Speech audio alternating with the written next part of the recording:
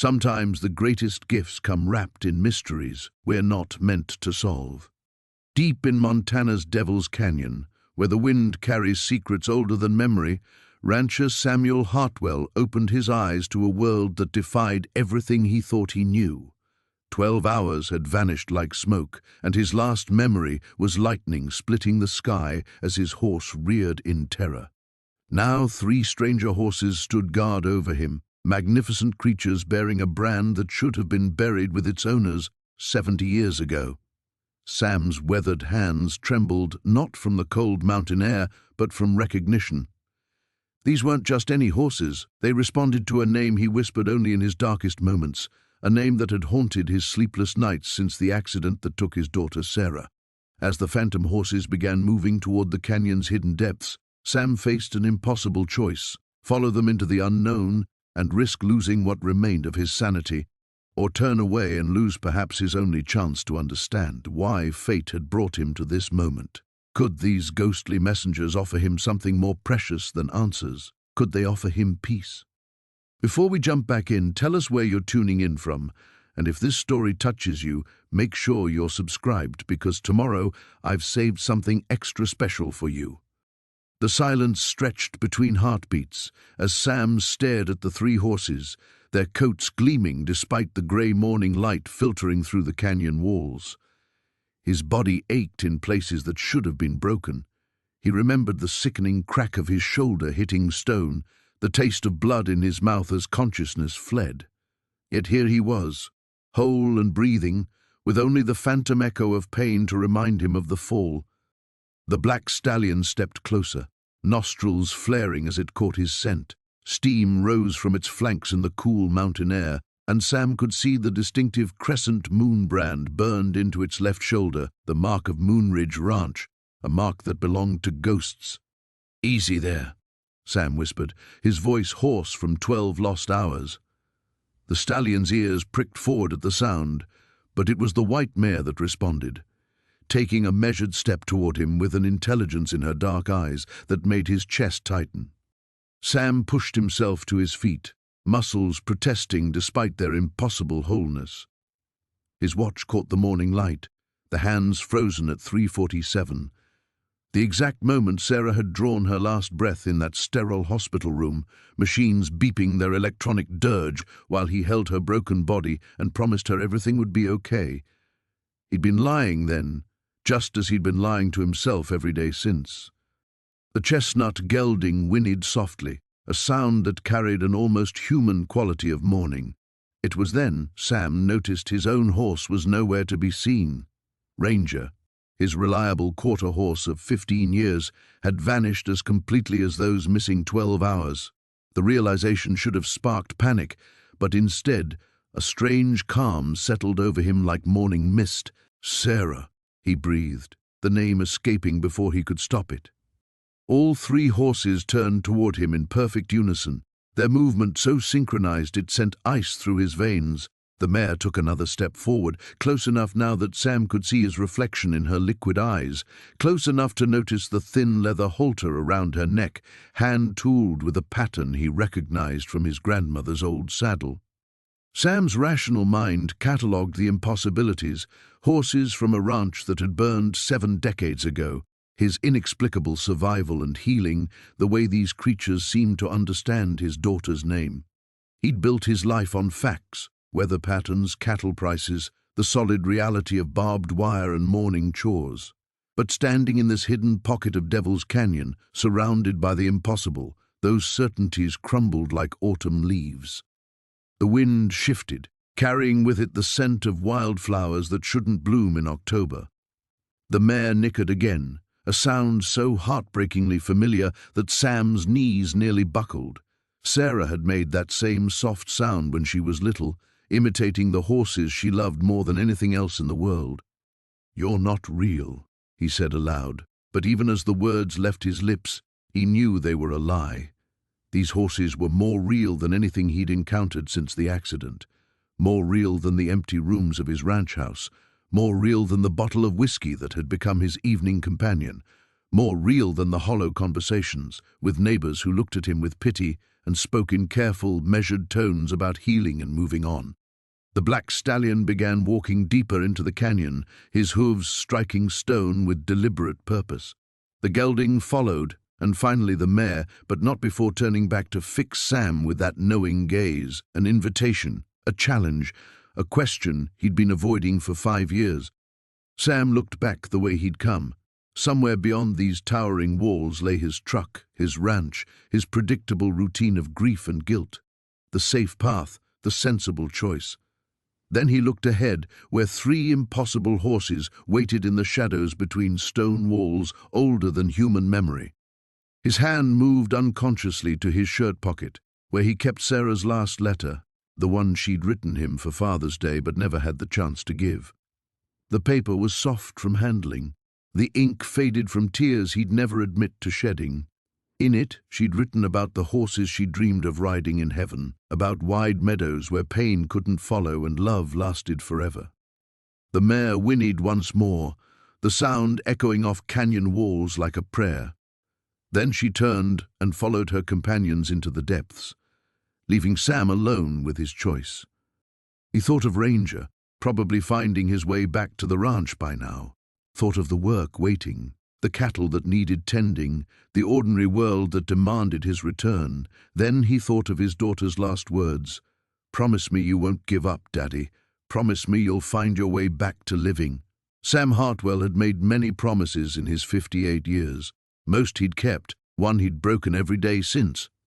Taking a deep breath that tasted of mystery and possibility, he stepped forward into the shadows, following 3 ghost horses toward whatever impossible truth awaited in the heart of Devil's Canyon.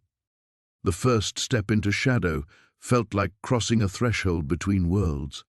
Sam's boots found purchase on smooth stone worn by countless years of wind and water, each footfall echoing in the narrow passage ahead. The 3 horses moved with purpose through the canyon's throat, their forms flickering between light and dark as they passed beneath towering walls that seemed to lean inward, as if the earth itself was listening. Behind him, the entrance to this hidden passage grew smaller with each step, a shrinking window of ordinary morning light that represented everything he was walking away from. The Hartwell Ranch sprawled across 1,200 acres of Montana grassland, 3 generations of sweat and stubborn pride carved from unforgiving soil. His grandfather had died building those fence lines. His father had sacrificed his health maintaining them, and Sam had inherited not just the land, but the weight of legacy, a burden that had grown impossibly heavy since Sarah's death.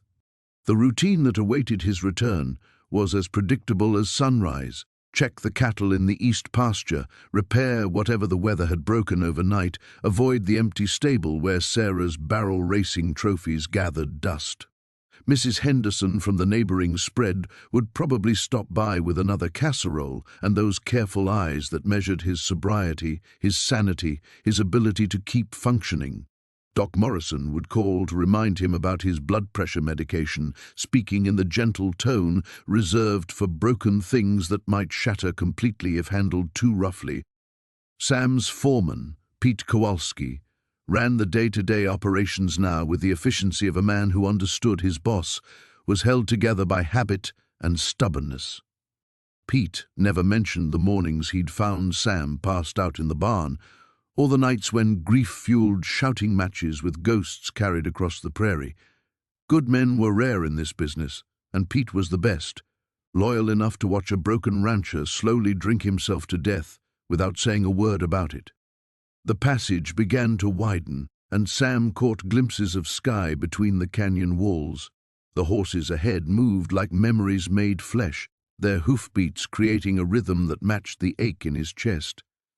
He thought of the phone calls that would come when Ranger returned riderless, search and rescue teams combing Devil's Canyon, helicopters circling like mechanical buzzards.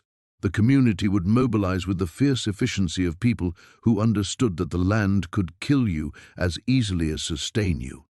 Sarah would have loved this mystery. Even as a child, she'd been drawn to the unexplained. Fairy rings in the pasture grass, the way certain horses seemed to know things they shouldn't, the stories old-timers told about the canyon.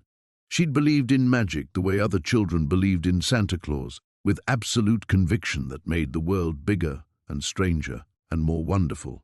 Sam had indulged her fantasies then, never imagining he'd need to believe in impossible things himself. The white mare paused, turning her elegant head to ensure Sam was still following. Her eyes held depths that reminded him of Sarah's, that same mixture of wisdom and mischief that had made his daughter seem older than her 17 years. She'd planned to study veterinary medicine, had already been accepted to Colorado State. Her room still contained college brochures and scholarship letters, dreams frozen in time like insects in amber. Sam's sister Julia called every Sunday from Denver, her voice carefully bright as she talked about her grandchildren, her garden, anything but the hollow sound of his responses. She'd stopped suggesting he sell the ranch and move closer to family, had learned that some wounds needed to be picked at in solitude, but he heard the worry beneath her chatter, the way she held her breath during the long pauses when he forgot how to make conversation with the living. The canyon curved ahead, and Sam felt the weight of choice pressing against his ribs.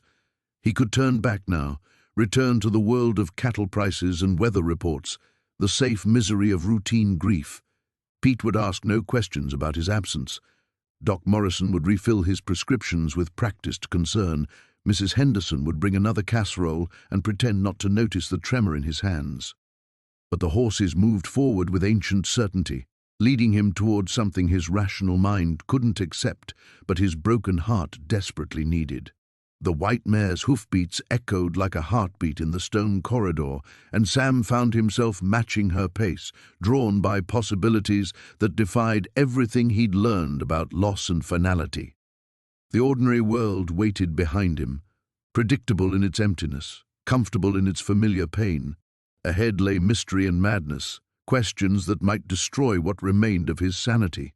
But as the passage opened into wider space and stranger light, Sam realized he'd already made his choice the moment he'd spoken his daughter's name, and watched three impossible horses turn toward him in perfect supernatural unison. The living had given up on Sam Hartwell. Perhaps it was time to see what the dead might offer instead. The canyon opened like a flower blooming in reverse, stone petals unfurling to reveal a hidden valley that shouldn't exist. Sam stopped walking, his breath catching as his eyes struggled to process what lay before him. The passage behind had been narrow enough to touch both walls with outstretched arms, carved through solid rock that geological surveys had mapped as continuous mountain. Yet here sprawled an impossible meadow, perhaps a mile across, carpeted with grass so green it seemed to glow with its own light. The three horses had stopped at the valley's edge, waiting with that supernatural patience that made Sam's skin crawl. Beyond them, wildflowers bloomed in defiance of October's chill, lupine and Indian paintbrush, columbine and larkspur, flowers Sarah had pressed between the pages of her nature journals. The air carried their fragrance on a breeze that felt like spring, warm and sweet and alive in ways that made the autumn morning he'd left behind seem like a fever dream. But it was the light that broke something fundamental in Sam's understanding of the world. The sun overhead wasn't the pale Montana sun he'd known for 58 years. This light fell golden and thick as honey, casting no harsh shadows despite its brightness. Everything it touched seemed more real than real, each blade of grass distinct and perfect, every flower petal glowing like stained glass. "Jesus Christ," Sam whispered. And the words felt strange in this place, too small and human for whatever laws governed here. The black stallion stepped into the meadow, and Sam watched his hooves sink slightly into grass that sprang back with impossible resilience. The white mare followed, then the chestnut gelding, all three moving with the reverence of pilgrims approaching a shrine. They paused again, looking back at Sam with eyes that held invitation and challenge in equal measure. Sam's hands trembled as he reached for Sarah's letter in his shirt pocket, needing something solid and familiar to anchor him. The paper crackled beneath his fingers, real, tangible proof that he hadn't slipped completely from the world he knew. But when he looked up, the meadow remained, beautiful and impossible and terrifying in its perfection. In the distance, he could see structures that made his heart stutter. Buildings crafted from timber that gleamed like amber, their architecture elegant yet somehow wrong, rooflines that curved in ways that hurt to follow, windows that reflected light at impossible angles, and beyond the buildings, other horses grazed in the eternal grass, dozens of them, maybe hundreds, their coats gleaming in that golden light. The white mare whinnied, the sound carrying across the meadow like music. Other horses lifted their heads, ears pricked forward, and Sam felt the weight of their attention like physical pressure. They were watching him, waiting for something he didn't understand. His radio crackled to life, Pete's voice cutting through the impossible with ranch-worn practicality. "Sam, you copy? Ranger came back without you. Starting to worry, boss." The sound of the ordinary world intruded like a slap. Sam fumbled for the radio, his fingers clumsy with shock. I'm here, Pete." "Where's here? You sound strange." Sam looked back at the narrow passage, then forward at the meadow that couldn't exist. How could he explain this? How could he make Pete understand that he was standing at the threshold of something that violated every natural law? "Devil's Canyon," he said finally. "Found something. Need help? I can have the boys down there in 20 minutes. The white mare took another step into the meadow, her movement graceful and urgent. The other horses in the distance had begun moving closer, drawn by some silent signal. Sam could see their faces now, noble heads and intelligent eyes, coats that ranged from midnight black to snow white to every shade between. They moved like royalty, like gods, like everything he'd ever dreamed horses could be. "Sam? Talk to me." He thought of Pete's weathered face, the loyalty that had kept him working for a broken man these past 5 years. Thought of the search parties that would come, the helicopters and dogs and volunteers who would risk their own lives to find him. The ordinary world demanded his return with the voice of duty and responsibility. But Sarah's letter whispered in his pocket, speaking of dreams and promises, and the meadows where pain couldn't follow. The horses waited with infinite patience, offering passage to a place where the impossible became truth. "Pete," Sam said, his voice steadier than he felt, "if I'm not back by nightfall, don't come looking, not in here." "Sam, what the hell?" He switched off the radio and dropped it into the grass at his feet, the connection to his old life severed with a soft click. The white mare nickered encouragement, her eyes bright with secrets that might heal or destroy him. Sam Hartwell had spent 5 years choosing death over life, whiskey over hope, grief over healing. Now 3 ghost horses offered him a different choice, to step beyond the boundaries of the possible into a realm where love might be stronger than loss. He stepped forward into the golden light.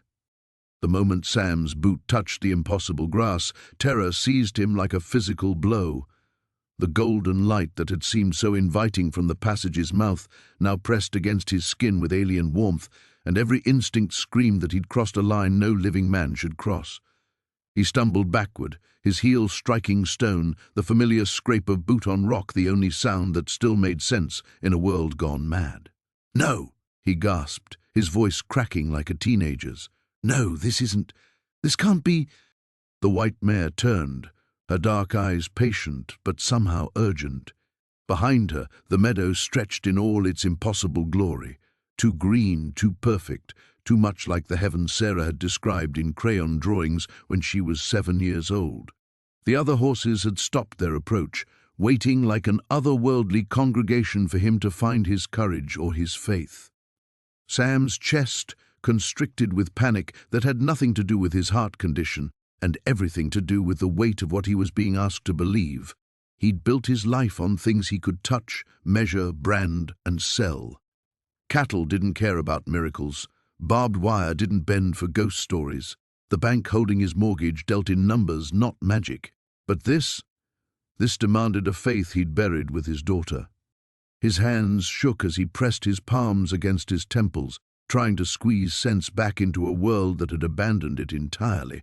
The rational explanations crowded his mind like frightened cattle, concussion from the fall, hallucinations brought on by dehydration, a complete psychotic break triggered by 5 years of suppressed grief. Any of those made more sense than standing at the threshold of a place that couldn't exist. "I'm losing my mind," he whispered, and the words carried a horrible relief. Madness was something he could understand. Madness had medical terms, treatment options, explanations that didn't require him to believe his daughter might be waiting somewhere in that golden light. Because that's what terrified him most. Not the impossibility of this place, but the hope it offered. Hope was the cruelest torture for a man who'd learned to find comfort in despair. Grief, at least, was honest. Grief didn't promise reunion or redemption or second chances. Grief just was, reliable as sunrise, predictable as the empty chair at his kitchen table. The white mare nickered softly, and the sound struck him like a physical blow. It was exactly the sound Sarah used to make when she was trying to coax a spooked horse, that gentle reassurance that everything would be okay. But everything wasn't okay. Everything had been broken beyond repair the moment Sarah's mare stumbled in that prairie dog hole, the moment his 17-year-old daughter hit the ground wrong and didn't get back up. Sam's sister Julia would say this was God offering him a gift. Doc Morrison would say it was his mind's way of processing trauma. Pete would just shake his head and mutter about city folk and their fancy explanations for things that didn't need explaining. But what did Sam believe? What could a man who'd stopped praying the day they turned off his daughter's life support possibly believe about divine intervention? The buildings in the distance shimmered like mirages, their impossible architecture making his eyes water. He thought of the Moonridge Ranch brand burned into the horse's flanks, a ranch that had died 70 years ago in flames that took a family of 5. If these horses were real, if this place existed, what did that make him? A trespasser in the land of the dead? A pilgrim seeking resurrection? Or just a broken man so desperate for meaning that he'd finally snapped completely? His radio lay silent in the grass behind him, its plastic casing already seeming foreign and crude compared to the organic perfection surrounding him. Pete would be organizing search parties by now, good men risking their lives to find someone who might already be lost beyond any earthly rescue. Sam owed them better than this. He owed his employees, his creditors, his sister, who called every Sunday with forced cheerfulness, the community that had carried him through 5 years of barely functional existence. But Sarah's letter crinkled in his pocket, and he could recite every word from memory. "Daddy, I know you'll be sad when I'm gone, but I need you to promise me something. Promise you won't give up on magic. Promise you'll keep believing in the impossible things, because that's where I'll be waiting." The white mare took a step closer to the passage entrance, her hooves silent on stone. She was giving him space to choose, Sam realized. Space to turn back, to return to the world of morning chores and evening whiskey, the safe misery of a life measured in seasons of loss. But she was also offering something else, a doorway to the impossible, where daughters who'd been dead for 5 years might somehow still exist, might still need their fathers to be brave enough to believe in magic. Sam closed his eyes, standing balanced on the knife's edge between worlds, between sanity and madness, between the death he'd been choosing and the terrible, beautiful possibility of something more. When Sam opened his eyes, the white mare was still watching him with that expression of infinite patience. The golden light hadn't dimmed, the impossible meadow hadn't faded, and the choice still hung before him like a blade waiting to fall. He could feel the pull of both worlds, the familiar ache of his old life calling from the stone passage behind him, and the terrifying promise of whatever lay ahead in that realm where natural laws bent like prairie grass in wind. He thought of Sarah's bedroom, exactly as she'd left it 5 years ago. The barrel racing ribbons still hung from her mirror, blue and red and yellow silk catching dust motes in afternoon light. Her boots sat by the door, still holding the shape of feet that would never fill them again. He'd preserved it all like a shrine to his failure, a monument to the father who couldn't save his daughter from a moment's bad luck and harder ground. But that preservation had become a prison. Every morning he walked past her door. Every evening he avoided that wing of the house entirely. The room had become a wound he kept picking at, proof of his unworthiness to move forward, to heal, to honor her memory with anything but perpetual suffering. The white mare stepped closer. close enough that Sam could see the intelligence burning in her dark eyes, close enough that he could smell her, not the earthly scent of horse and hay, but something cleaner, wilder, like wind across mountain peaks or rain on summer meadows. She lowered her magnificent head, bringing her muzzle within inches of his chest, right where Sarah's letter rested over his heart. "You know, don't you?" Sam whispered. "You know what's in there." The mare's breath warmed his shirt, and for one impossible moment, Sam felt as if she was reading the letter through his skin, understanding every word Sarah had written in her careful script during those final days in the hospital. The letter he'd found tucked in his jacket pocket after the funeral, placed there by hands that would never touch anything again. Behind the white mare, the black stallion snorted and pawed the ground. Not with impatience, Sam realized, but with urgency. The golden light in the meadow was changing somehow, growing richer and more substantial, as if his presence at the threshold was affecting the very nature of this place. The other horses in the distance had begun moving again, flowing across the impossible grass like a river of living grace. Sam's fingers found Sarah's letter, tracing its outline through the worn fabric of his shirt. How many nights had he read those words by lamplight, whiskey burning his throat as he tried to understand what she'd been asking of him? How many times had he failed the promise she'd extracted with her dying breath? "Promise you won't give up on magic." The words had seemed like the fever dreams of a girl facing death too young. But standing here, watching three horses that shouldn't exist wait for him to find his courage, Sam began to understand what Sarah had really been asking. She hadn't been talking about fairy tales or children's stories. She'd been talking about faith, faith in love that transcended death, in connections that survived the grave, in the possibility that endings might sometimes be beginnings in disguise. The white mare lifted her head and stepped backward into the meadow, her hooves making no sound on that perfect grass. One step, two. She paused, every line of her body an invitation, a question, a dare.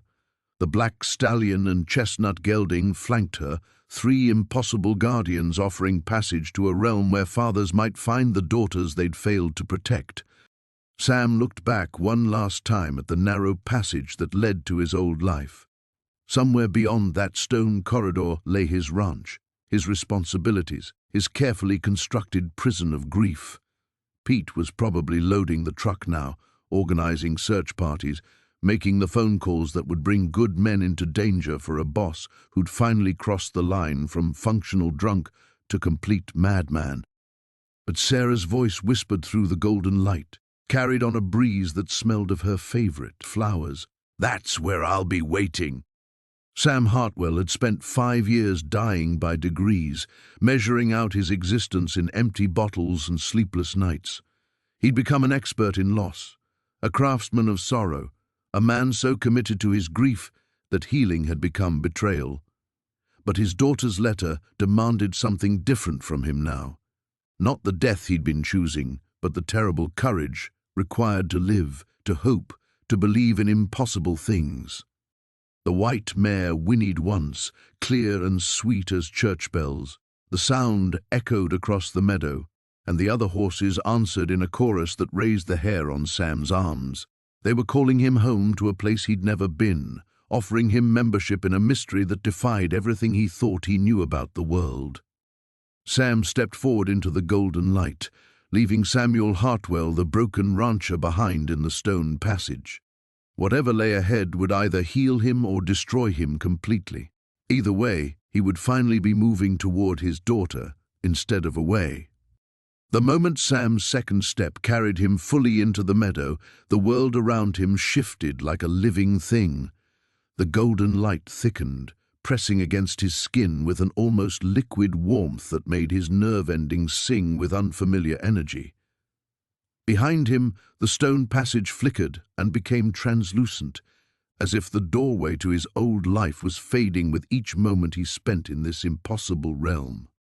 The white mare nickered approval and began walking deeper into the meadow, her companions falling into formation beside her. Sam followed, his boots sinking slightly into grass that felt more real than anything he'd ever touched, each blade distinct beneath his feet, resilient and alive in ways that defied his understanding of how the world worked. As they approached the other horses, Sam realized his first glimpse had barely prepared him for what awaited. These weren't just magnificent animals, they were something beyond earthly perfection. A paint mare with markings that seemed to shift in the golden light, a bay stallion whose coat held depths like dark water, an Appaloosa whose spots moved in patterns that hurt to follow. Each bore the Moonridge brand, but the mark seemed to pulse with its own inner light, less scar than sacred symbol. The horses parted as Sam and his guides approached, creating a corridor of living flesh and watching eyes. Sam felt their attention like a physical weight, not threatening but evaluating, as if they were measuring some quality in him that he couldn't name.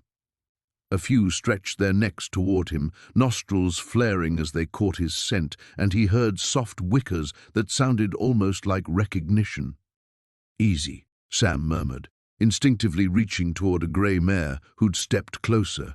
But the moment his fingers should have touched her neck, she flickered like smoke, becoming translucent before solidifying again just beyond his reach. The white mare stopped and turned back to him, her expression almost amused. She approached slowly, deliberately, until Sam could feel her breath on his palm. This time, when he reached out, his fingers found warm flesh and a coat like silk, real, solid, present.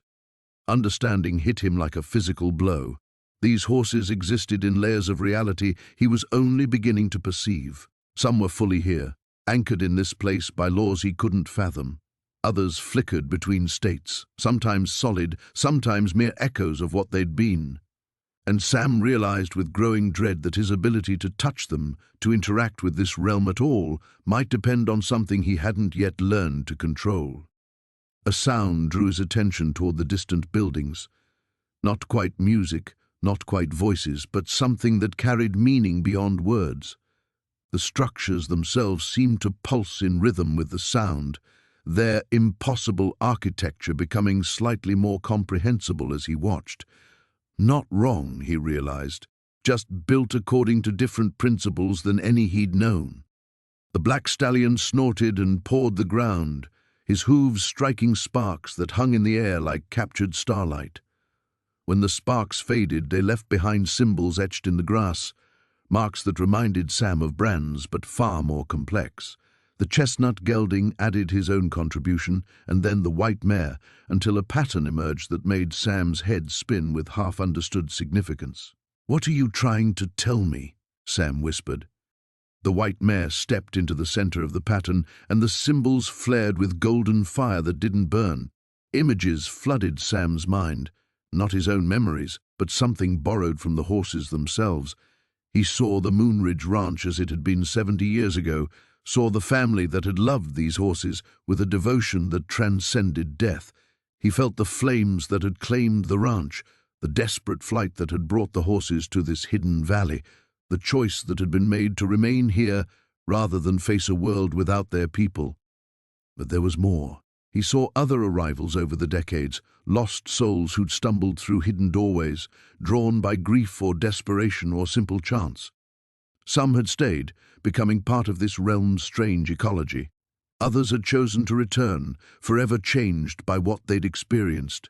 And a few had vanished entirely, consumed by tests they hadn't been prepared to face. The images faded, leaving Sam shaking with the weight of borrowed memory. The pattern in the grass dimmed but didn't disappear, and he understood that it was more than decoration. It was a map, a warning, a test in itself. A new sound reached his ears, different from the strange music emanating from the buildings. This was human, or had been once. Footsteps on grass approaching from the direction of the structures. Sam turned, his heart hammering with sudden fear and desperate hope.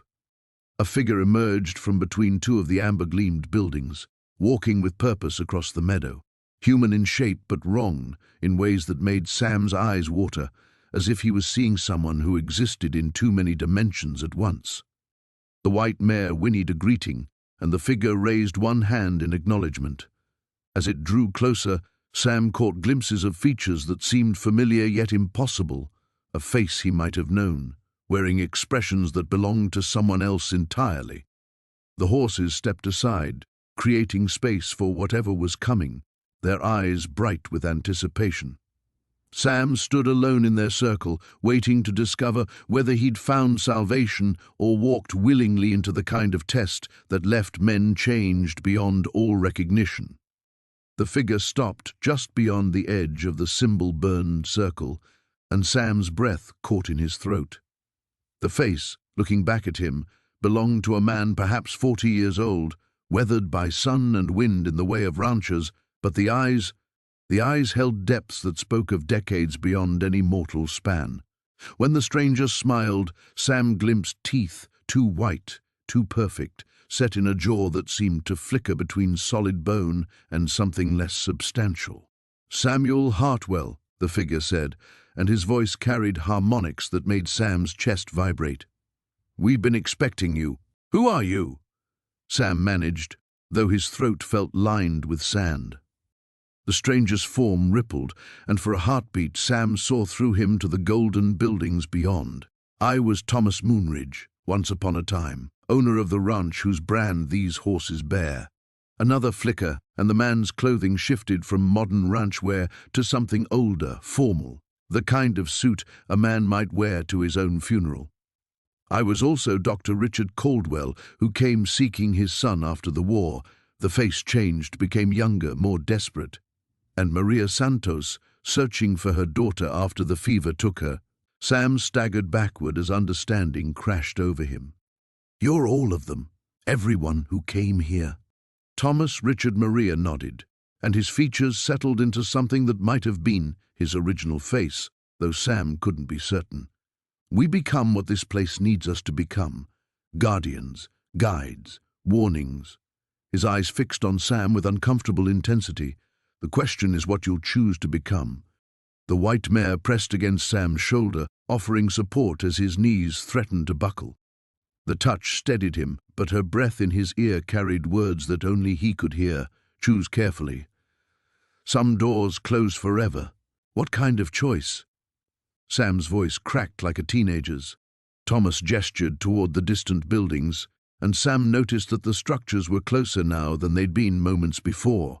Or perhaps the meadow itself was contracting, drawing him inexorably toward whatever waited in that impossible architecture. The same choice we all faced. The same choice Sarah faced. Sam's blood turned to ice water. Sarah? My Sarah. She was here?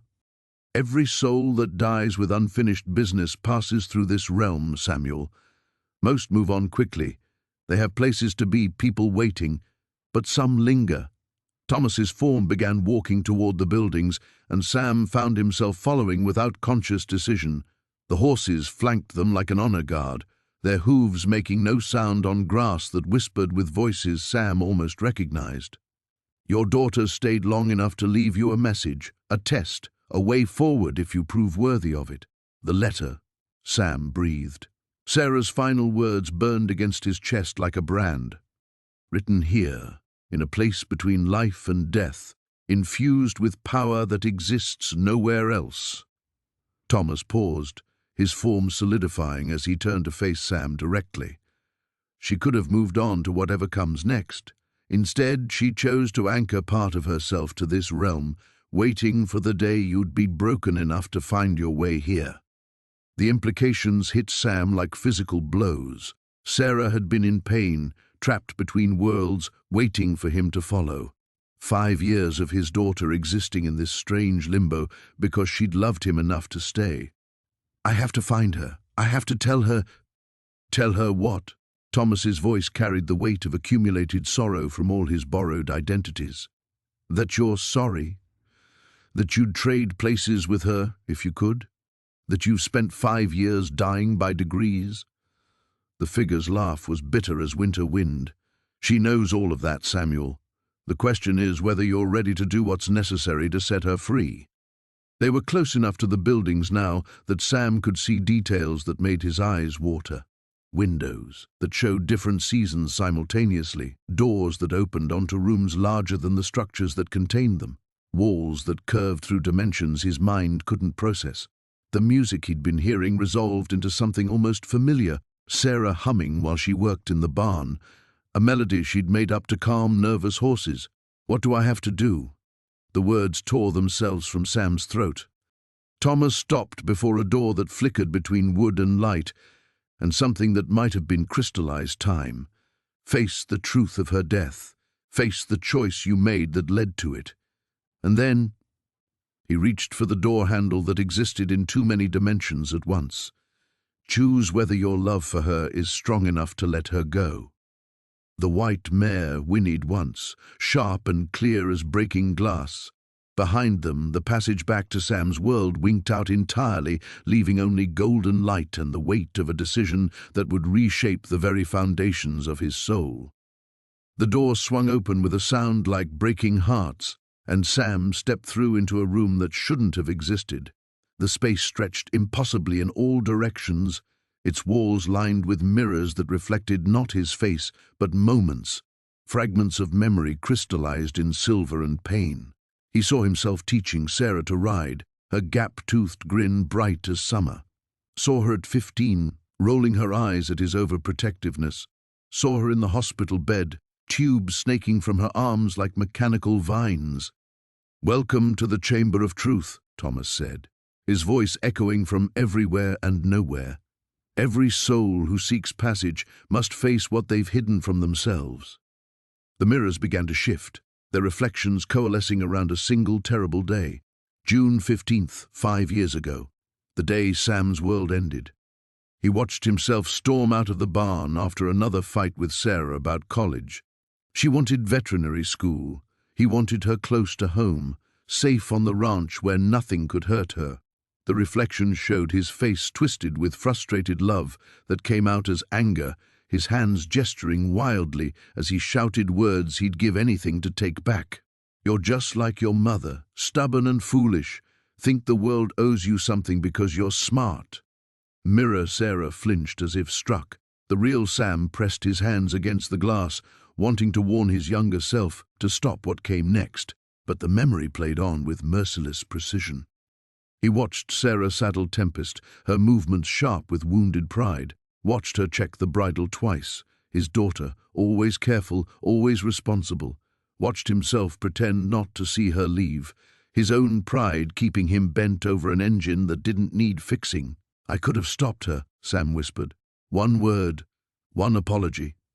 "But you didn't." Thomas materialized beside him, his form more solid now, drawing strength from Sam's anguish. "You let her ride out angry because your pride mattered more than her safety." The mirrors shifted again, showing what Sam had only imagined before, Sarah's final ride. She'd taken the mountain trail, pushing Tempest harder than usual, her hurt driving her to recklessness that was so unlike her.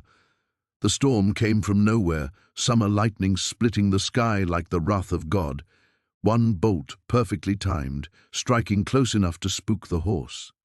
Sam watched his daughter fall in slow motion, saw her body strike the rocks, saw the light fade from eyes that had been so like her mother's, saw her lying broken while he worked on his damned engine, too proud to follow, too stubborn to apologize, too late to save her. "She called for you," Thomas said softly, at the end.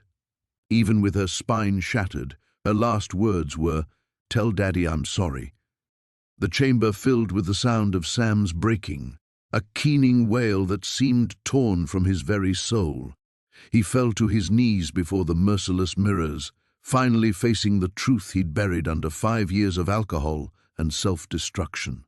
Sarah had died believing she'd disappointed him, believing their last words together had been spoken in anger. "She forgave you long ago, Samuel. The question is whether you can forgive yourself." The mirrors began to crack, their surfaces spider-webbing with lines of silver fire. Through the fractures, Sam glimpsed something that made his heart stop. Sarah, older than she'd ever been in life, sitting in a room of impossible light. She was writing, her hand moving across paper with the careful concentration he remembered from her childhood homework. The letter, his letter. "She's been waiting," Thomas said, his voice growing distant as the chamber began to dissolve around them. "But waiting is its own kind of prison, Samuel. Your guilt chains her here as surely as iron bars. She can't move on while you're drowning in grief, can't find peace while you're destroying yourself in her memory." New mirrors rose from the broken shards, these ones showing possible futures. Sam saw himself returning to the ranch, throwing away the bottles, learning to live with purpose instead of pain. He saw the horses he might save, the people he might help, the good he could do with the years Sarah would never have. He saw himself growing old with grace instead of bitterness, honoring his daughter's memory with life instead of slow suicide. But he also saw the alternative, the path he'd been walking for 5 years, saw himself drinking himself to death in a trailer that reeked of failure, dying alone and bitter while Sarah remained trapped in this place between worlds, forever waiting for a father too selfish to let her go. "Choose," Thomas commanded, and his voice carried the weight of all the souls who'd stood in this chamber before. "Continue as you have, keeping her prisoner with your guilt, or find the strength to love her enough to set her free." The chamber around them began to burn with golden fire, and Sam realized that his next words would determine not just his fate, but Sarah's as well. Everything, his grief, his love, his very soul, balanced on the edge of a choice that would reshape the nature of death itself. Sam opened his mouth to speak, to choose life over death, hope over despair, but the words crumbled to ash on his tongue. The golden fire around them pulsed, waiting for his decision, and suddenly he saw himself as he truly was. A broken-down rancher who'd failed at everything that mattered, too weak to save his daughter, too cowardly to follow her into death, too damaged to deserve redemption. "I can't," he whispered, and the chamber shuddered at his confession.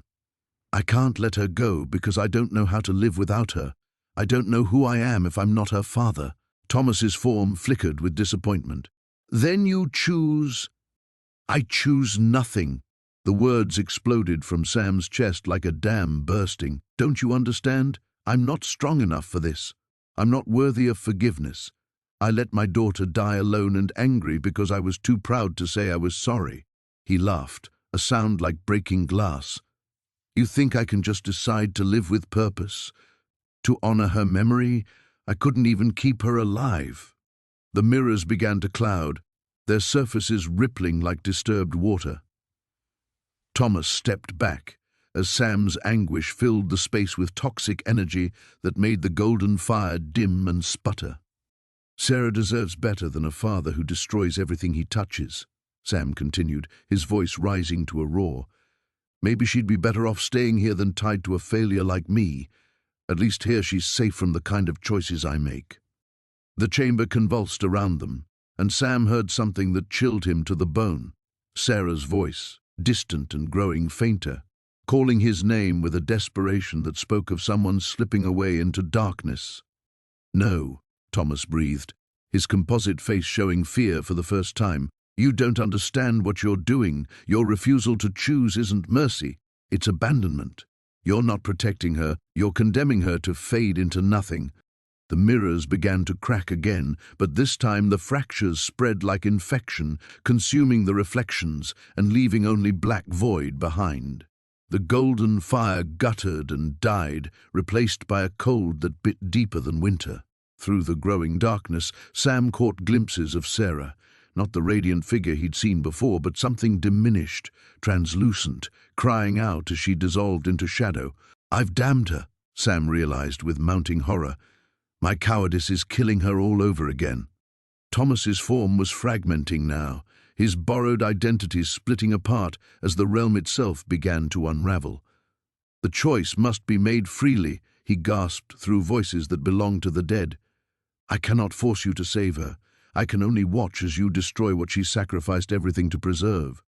The chamber floor cracked beneath Sam's feet, revealing an abyss that howled with the voices of the truly lost, souls who'd faced this same choice and chosen despair over hope, condemning themselves and those they'd claimed to love to an eternity of nothingness. Sam felt the pull of that darkness, the seductive promise of an end to all pain, all responsibility, all terrible choice.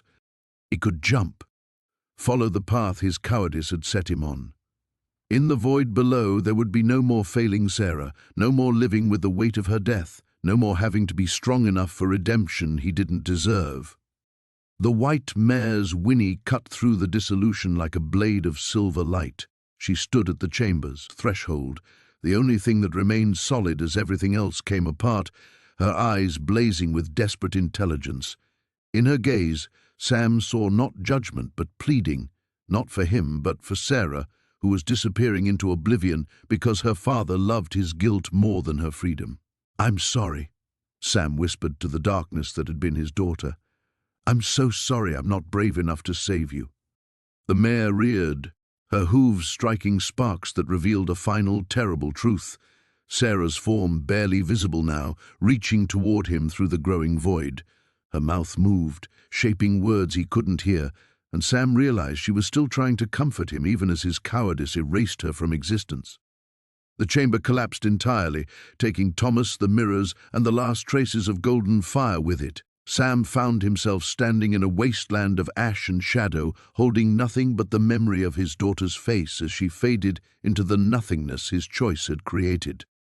The three horses stood before him, the black stallion and chestnut gelding dim as dying embers, the white mare flickering between solid and translucent, as the realm's dissolution consumed everything he'd been meant to protect. He had come seeking redemption, and found only the confirmation of his deepest fear, that some failures were too complete for forgiveness, some love too selfish for salvation. In trying to spare himself the pain of letting go, he had lost Sarah forever, not to death, but to the kind of ending that left no hope of meeting again.